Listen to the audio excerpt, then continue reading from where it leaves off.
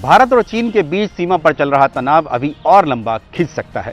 नमस्कार, मैं हूं नीरज राजपूत और आज एबीपी अनकट में बात करेंगे शनिवार को भारत और चीन के सैन्य कमांडर्स के बीच सीमा पर चल रहे तनाव को खत्म करने के लिए हुई बैठक की, जो बेनतीजा रही।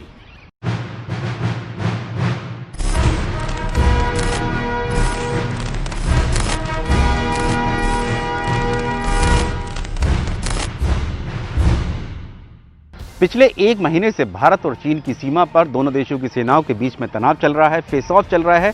चीनी सेना वास्तविक नियंत्रण रेखा यानी कि जो भारत और चीन के बीच में जो वास्तविक नियंत्रण रेखा है वहां पर कैंप लगा के बैठ गई है, यानी कि घुसपैठ उसने कई जगहों पर कर ली है।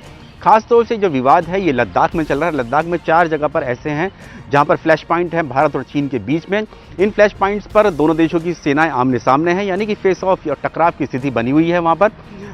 इस पिछले महीने यानी कि 5 और 6 मई को फिंगर एरिया में दोनों देशों की सेनाओं के बीच में लड़ाई भी हुई थी, मारपीट हुई थी, जिसमें दोनों तरफ के कई दर्जन सैनिक घायल हो गए थे। इसके अलावा गलवान घाटी में भी इसी तरह की मारपीट हुई थी और वहां पर भी दोनों देशों की सेनाएं एक दूसरे के सामने करीब 500 से 600 मीटर की दूरी पर कैंप लगा के बैठ गई। इसी विवाद को, यानी कि जो पिछले एक महीने से विवाद चल रहा है, इसको निपटाने के लिए पिछले एक महीने से कई बार मीटिंग हो चुकी थी दोनों देशों की सैन्य कमांडर्स के बीच में। लेकिन शनिवार को जो मीटिंग हुई वो बेहद अहम थी, क्योंकि पहली बार ऐसा हो रहा था कि भारत की तरफ से कोई 3 स्टार जनरल यानी कि कोर कमांडर्स स्तर की जो बातचीत थी वो भारत और चीन की तरफ से हुई थी। भारत की तरफ से 3 स्टार जनरल थे, यानी कि जो कोर कमांडर हैं लद्दाख की सीमा जो की रखवाली करने वाली लेह स्थित जो 14वीं कोर है उसके कमांडर थे लेफ्टिनेंट जनरल हरिंदर सिंह, और साथ ही चीन की तरफ से जो लद्दाख की सीमा की रखवाली करती है चीन की सेना की, वो थी साउथ सिंचियांग मिलिट्री डिस्ट्रिक्ट के कमांडर थे मेजर जनरल लियू लिन। इन दोनों के बीच में बैठक हुई। शनिवार को सुबह करीब 9 बजे, साढ़े 9 बजे ये मीटिंग शुरू होनी थी, लेकिन मीटिंग शुरू हुई करीब 2 घंटे बाद। हालांकि इसका कारण नहीं बताया गया कि मीटिंग क्यों देर से शुरू हुई, लेकिन ये 11:30 बजे करीब शुरू हुई और उसके बाद करीब 5 साढ़े 5 घंटे तक ये मीटिंग चलती रही। शाम तक चली इस मीटिंग के बारे में कोई जानकारी नहीं दी गई कि आखिरकार परिणाम क्या रहा, निष्कर्ष क्या निकला, क्या कोई नतीजा निकला है इस मीटिंग का। इतना जरूर बताया गया कि एक कॉर्डियल और पॉजिटिव एटमॉस्फेयर में ये मीटिंग हुई है, लेकिन नतीजा क्या हुआ ये नहीं हुआ बताया गया। क्या क्या एजेंडा क्या था ये भी, इसके बारे में भी आधिकारिक तौर से कोई जानकारी नहीं दी गई।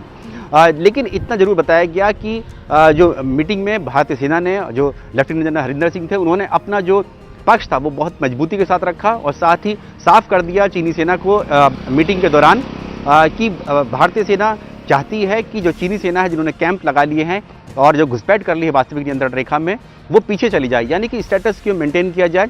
अप्रैल महीने की शुरुआत में जो दोनों देशों की बीच में जो पोजीशनिंग थी यानी डिप्लॉयमेंट थी वास्तविक नियंत्रण रेखा पर, उसी पर चले जाएं, क्योंकि मई महीने की शुरुआत में और अप्रैल महीने के आखिर में चीनी सेना ने घुसपैठ करने की कोशिश की थी। तो इसीलिए अप्रैल महीने की शुरुआत में जो दोनों देशों की पोजीशनिंग थी उस पर चले जाएं, यानी कि स्टेटस को मेंटेन किया जाए।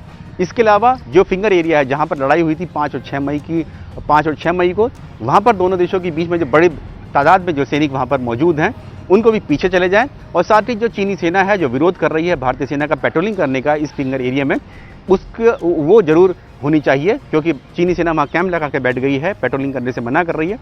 उसके लिए भी भारतीय सेना ने पक्ष रखा। चीनी सेना की तरफ से कहा गया कि भारत जो निर्माण कार्य कर रहा है, सड़क बना रहा है या और दूसरा इंफ्रास्ट्रक्चर तैयार कर रहा है बॉर्डर एरिया में, यानी खासतौर से लद्दाख से सटी हुई वास्तविक नियंत्रण रेखा पे है, उसको बंद कर दे। लेकिन भारतीय सेना ने सूत्रों के मुताबिक साफ तौर से मना कर दिया। यही वजह रही कि जो मीटिंग थी वो बेनतीजा रही।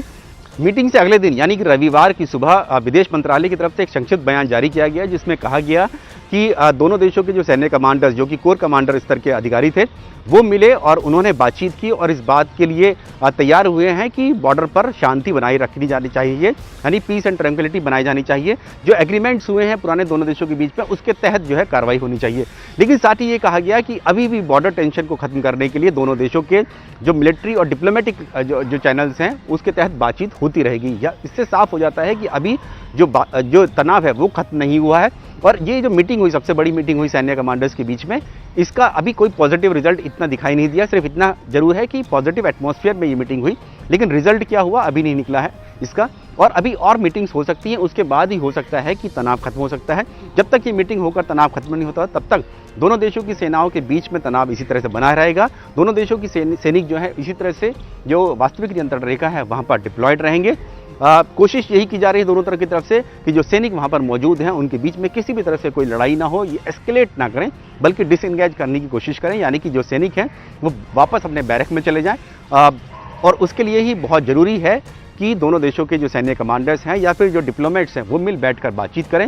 विदेश मंत्रालय के बयान में ये भी कहा गया कि जो दोनों देशों के बीच में एग्रीमेंट्स हुए उसके साथ साथ जो दोनों देशों के हेड्स ऑफ स्टेट्स हैं उनके बीच में जो एग्रीमेंट्स हुए हैं, यानी कि जो लीडर्स हैं उनके बीच में जो एग्रीमेंट हुआ है उसके तहत ही कार्रवाई अगर दोनों देशों की सेनाएं करें तभी जो लाइन ऑफ एक्चुअल कंट्रोल है यानी LAC है भारत और चीन के बीच में, वहां पर शांति बनाई जा सकती है।